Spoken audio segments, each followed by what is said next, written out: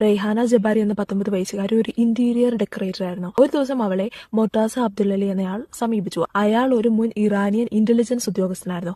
അയാളുടെ ഓഫീസിൽ കുറച്ച് ഇന്റീരിയർ ഡെക്കറേഷൻ ഒക്കെ ചെയ്യണമെന്ന് ആവശ്യപ്പെട്ടാണ് അയാൾ അവളെ സമീപിച്ചത്. അങ്ങനെ അയാൾ അവളെ ഓഫീസ് കാണിക്കാൻ എന്ന പേരിൽ കൊണ്ടുപോയി. പക്ഷേ അയാൾ അവളെ ഓഫീസിലേക്കല്ലായിരുന്നു കൊണ്ടുപോയത്, അയാളുടെ അപ്പാർട്ട്മെന്റിലേക്കായിരുന്നു. അവിടെ വെച്ച് അയാൾ അവളെ പീഡിപ്പിക്കാൻ ശ്രമിച്ചു. അവളുടെ കയ്യിൽ ഒരു ചെറിയ പേനാക്കത്തി ഉണ്ടായിരുന്നു. അവൾ അതുപയോഗിച്ച് അയാളെ കുത്തിയ ശേഷം അവിടെ നിന്ന് ഓടി രക്ഷപ്പെട്ടു. അയാൾ അവിടെ കിടന്ന് രക്തം വാർന്ന് മരിക്കുകയും ചെയ്തു. അന്ന് രാത്രി തന്നെ റെഹാനയുടെ വീട്ടിൽ പോലീസ് എത്തി അവളെ കൊണ്ടുപോയി. അതിനുശേഷം അവൾ ജയിലിൽ തന്നെയായിരുന്നു. അവിടെ വെച്ച് പലതരത്തിലുള്ള പീഡനങ്ങൾക്ക് അവൾ ഇരയായി. അവളെ ഭീഷണിപ്പെടുത്തുകയും ചെയ്യാത്ത പല കാര്യങ്ങൾ അവൾക്ക് സമ്മതിക്കേണ്ടതായിട്ടും വന്നു. കാരണം കുടുംബത്തെ വെറുതെ വിടില്ല എന്ന് ആ ഉദ്യോഗസ്ഥർ അവളോട് പറഞ്ഞിരുന്നു. കോടതിയിൽ അവൾ സ്വയം രക്ഷയ്ക്ക് വേണ്ടിയാണ് അങ്ങനെ ചെയ്തത് എന്ന് വാദിച്ചെങ്കിലും അത് തെളിയിക്കാൻ അവൾക്കായില്ല. അങ്ങനെ അവളെ കോടതി വധശിക്ഷയ്ക്ക് വിധിച്ചു. 2014 ഒക്ടോബർ 25 അവളെ വധശിക്ഷയ്ക്ക് വിധേയയാക്കി. അവളുടെ അവസാന ആവശ്യം എന്നത് അവളുടെ അവയവങ്ങൾ ദാനം ചെയ്യണമെന്നതായിരുന്നു. അത് നടന്നോ എന്ന് ഇതുവരെ വ്യക്തമല്ല.